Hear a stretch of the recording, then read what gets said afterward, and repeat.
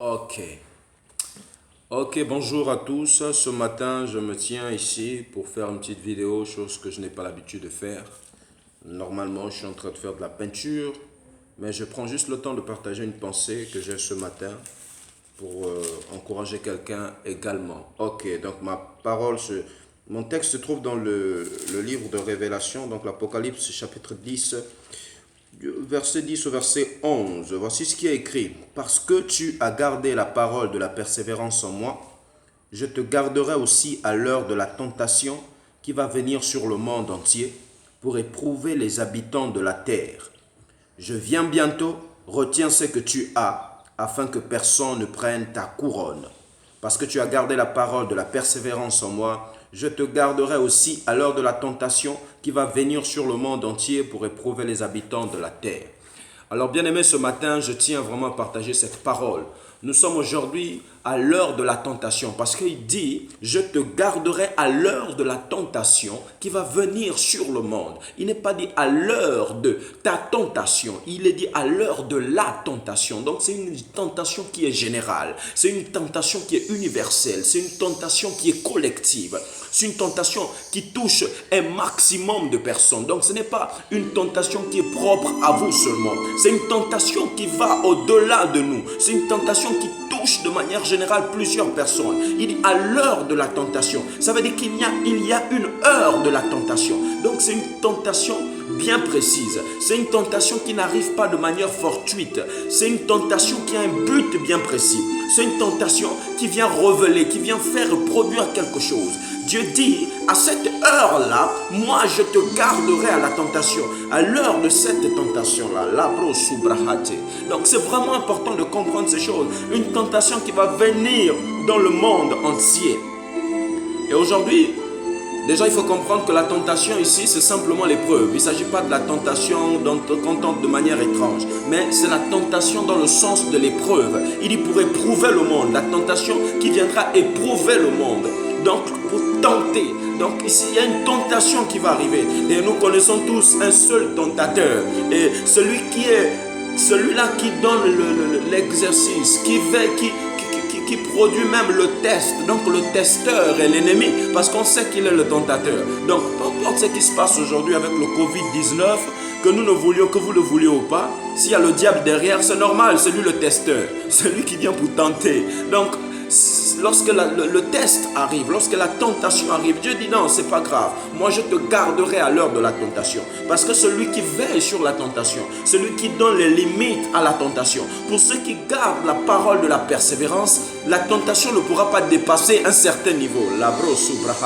Parce qu'il veille à ce que cette tentation s'arrête dans les limites que lui, il a prévues. C'est pourquoi, lorsqu'il a permis à celui qui tente, celui qui teste le diable, lorsque Dieu a permis au diable de pouvoir tenter, d'amener Job dans des épreuves, Dieu lui-même, il a franchi, il a fixé les limites. Il a dit au tentateur, il a dit au testeur que tu ne pourras pas aller au-delà de ceci.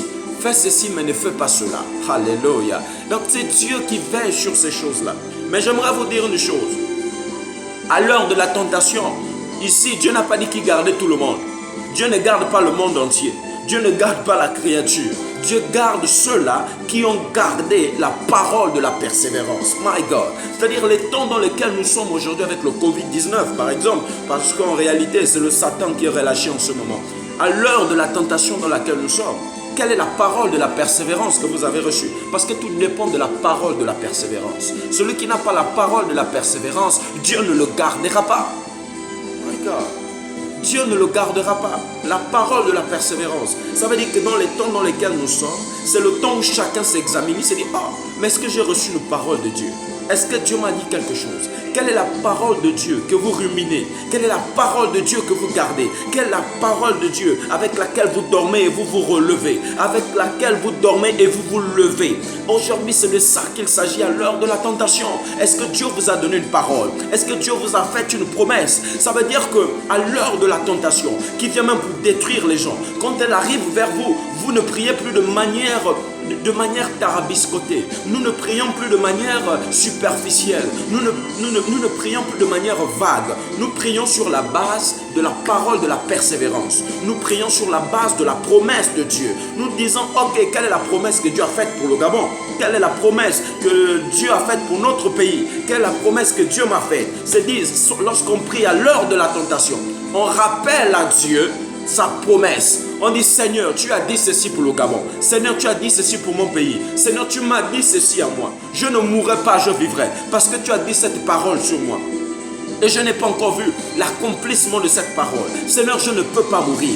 À l'heure de la tentation, tu me gardes. Alors, est-ce que vous gardez la parole de la persévérance? Quelle est la parole, la promesse que Dieu vous a faite, sur laquelle vous pouvez revenir et rappeler, réveiller la mémoire de l'Éternel et dire, Éternel, tu as dit ceci. My God. Nous ne prions plus n'importe comment à l'heure de la tentation. My God. Vous savez, il y a un texte que nous connaissons tous dans Romains 8, versets 28 à 29. On dit, Romains 8, 28 à 29, bon, tout chrétien qui se respecte connaît forcément le texte. Il dit, sachant du reste, sachant que toute chose concourt au bien de ceux qui aiment Dieu. C'est de ça qu'il s'agit. Nous savons du reste que toute chose concourt au bien de ceux qui aiment Dieu, de ceux qui sont appelés selon son dessein. On dit toute chose concourt au bien de ceux qui aiment Dieu. Mais j'aimerais vous dire une chose, toute chose ne concourt pas au bien de ceux que Dieu aime. Non, non, non, il ne s'agit pas de l'amour de Dieu envers l'homme, mais il s'agit de l'amour de l'homme envers Dieu. Donc, si le coronavirus arrive, si une crise arrive, si toi tu n'aimes pas Dieu, ça ne concourra pas à ton bien.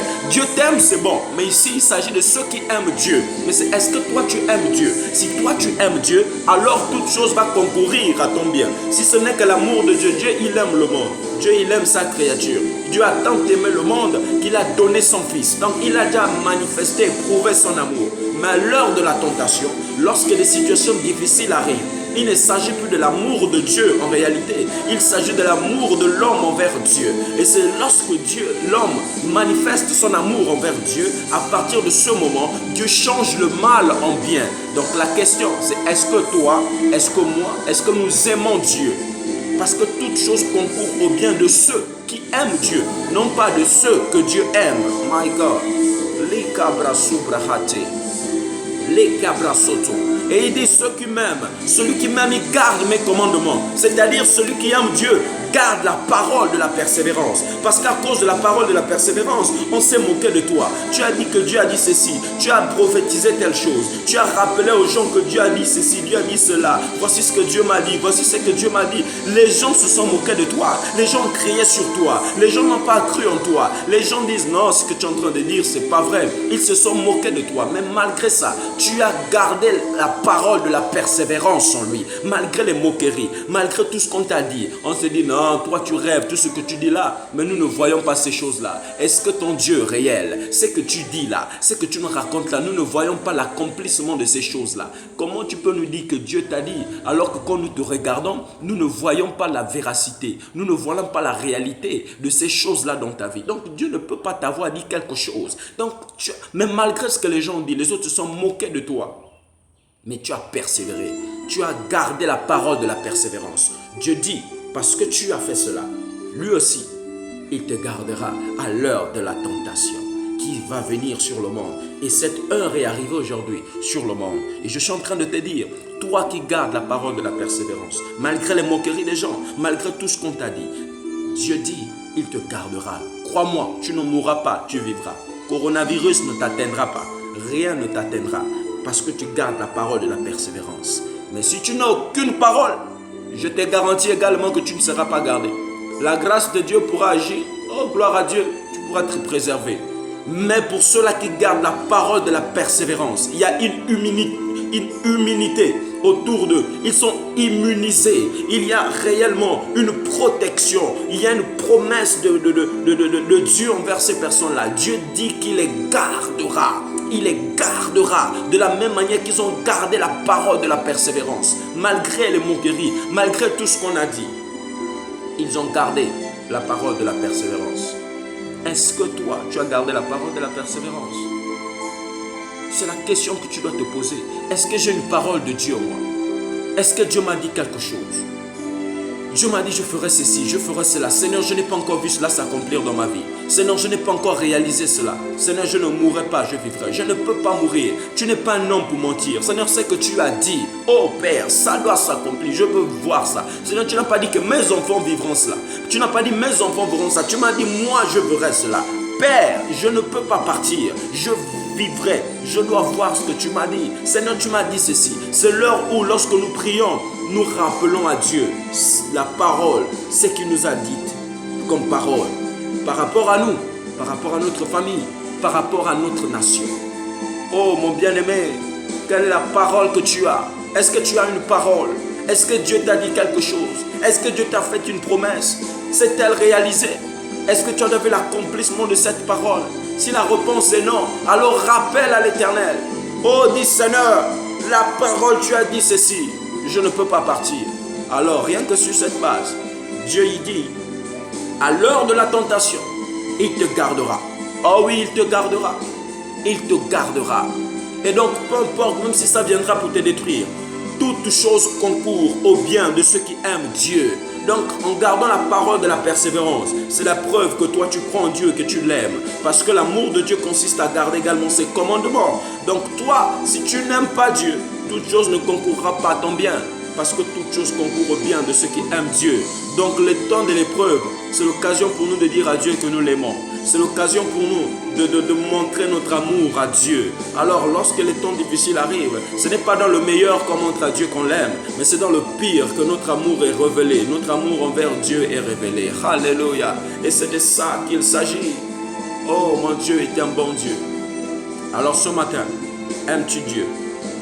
Gardes-tu la parole de la persévérance en lui?